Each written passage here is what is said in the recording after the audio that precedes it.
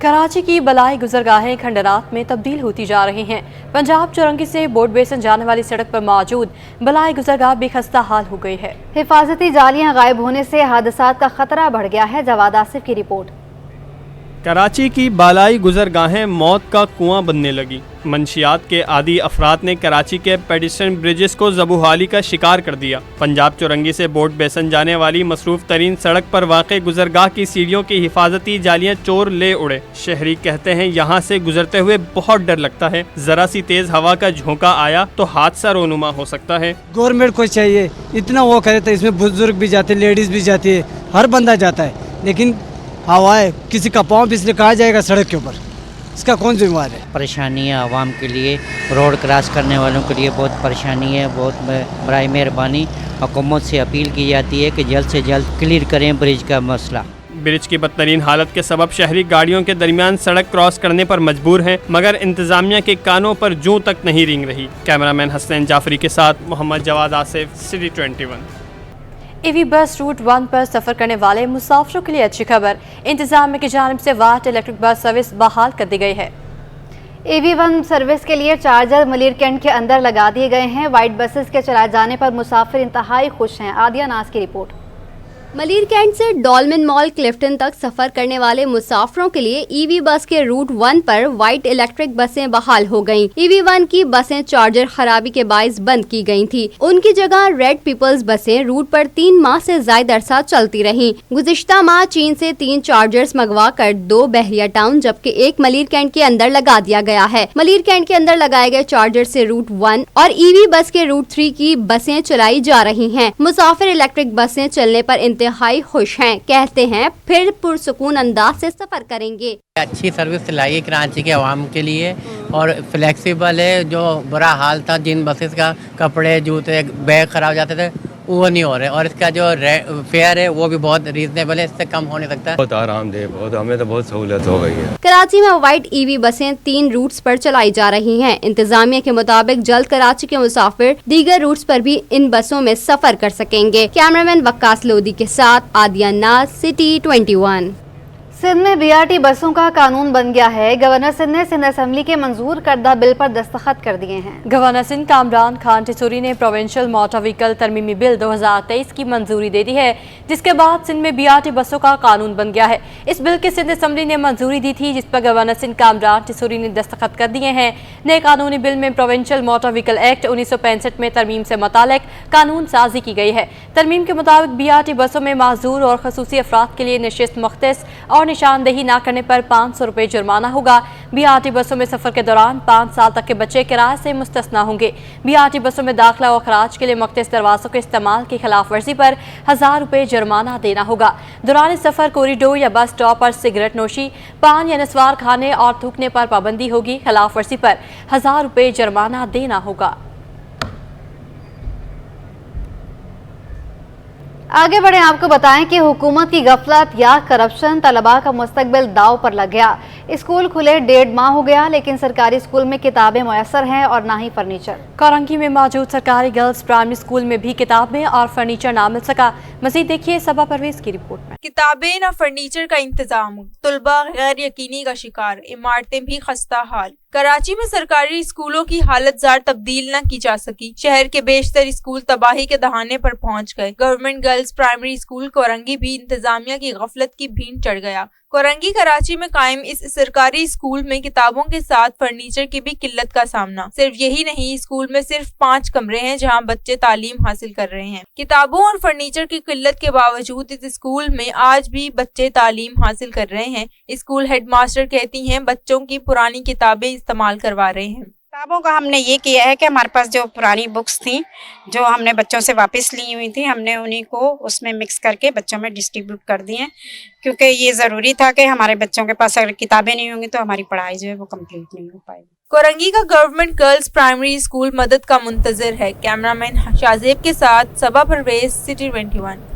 جامعہ کراچی اور جامعہ گجرات کے مابین مفاہمتی یادداشت پر دستخط ہو گئے۔ اس موقع پر vice chancellor Karachi university professor doctor Khalid Mahmood Iraqi نے کہا کہ جامعات کا کردار صرف ڈگریاں دینے تک محدود نہیں، معاشرے کو درپیش مسائل کا حل فراہم کرنا بھی ہے۔